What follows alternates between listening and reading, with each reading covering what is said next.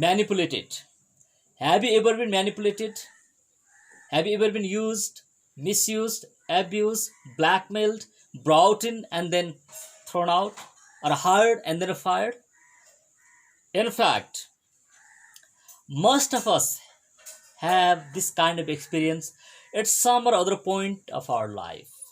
Because since we are human beings, since we are social beings, we live in society, family, community, and nations. We are political beings. There is always power politics. There is always manipulation. There is always use and misuse of each other. But that's a sin. Using and misusing each other for one's own purpose, selfish purpose, is a sin. And why do people get manipulated?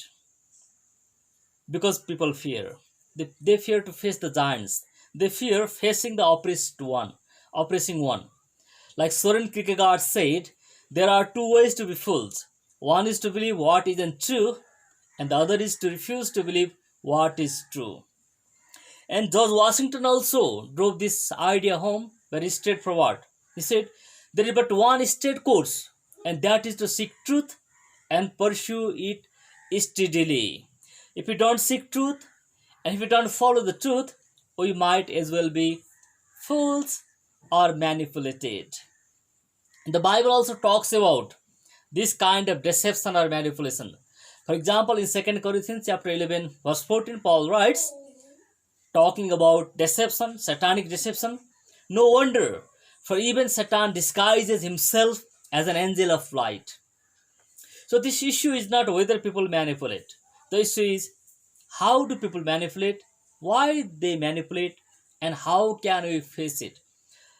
First, let's define what is manipulation. The Merriam-Webster dictionary defines to manipulate is to manage or utilize skillfully, to control or play upon by artful, unfair, or insidious means, especially to one's own advantage. To change by artful or unfair means is to serve one's purpose. So ultimately, skillful use and misuse, changing and playing, insidiously, secretly, in a harmful way, unfair way, artful way, to control people and situation, to manage or utilize, to use other people for one's own purpose, one's own advantage. So that is manipulation.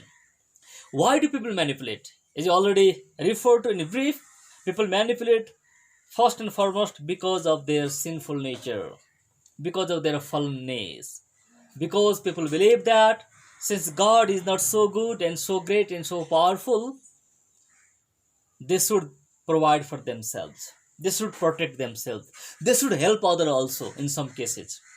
So people manipulate because the lack of sense of security, the lack of sense of self worth and self importance. They try to show off themselves as the savior, as the messiah, or as the martyr, and sometimes as victims. So because of these things, because they don't have a balanced view of oneself and other, they don't have trust in the providence and provision and the power of God, they tend to manipulate. But manipulation makes one miserable. It makes the one being manipulated also miserable and exploited. So we should face it. We should face it because it is a sin. It's a sort of mental control, a sort of witchcraft.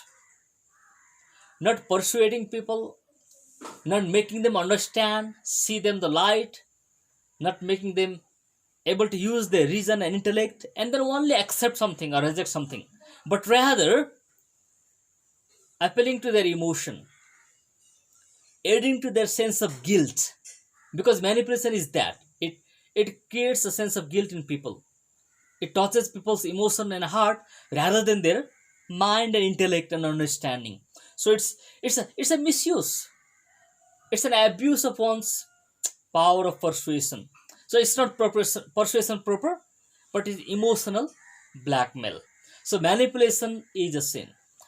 Do you know in Nepal, in my country, there is a story that goes like this way, like this.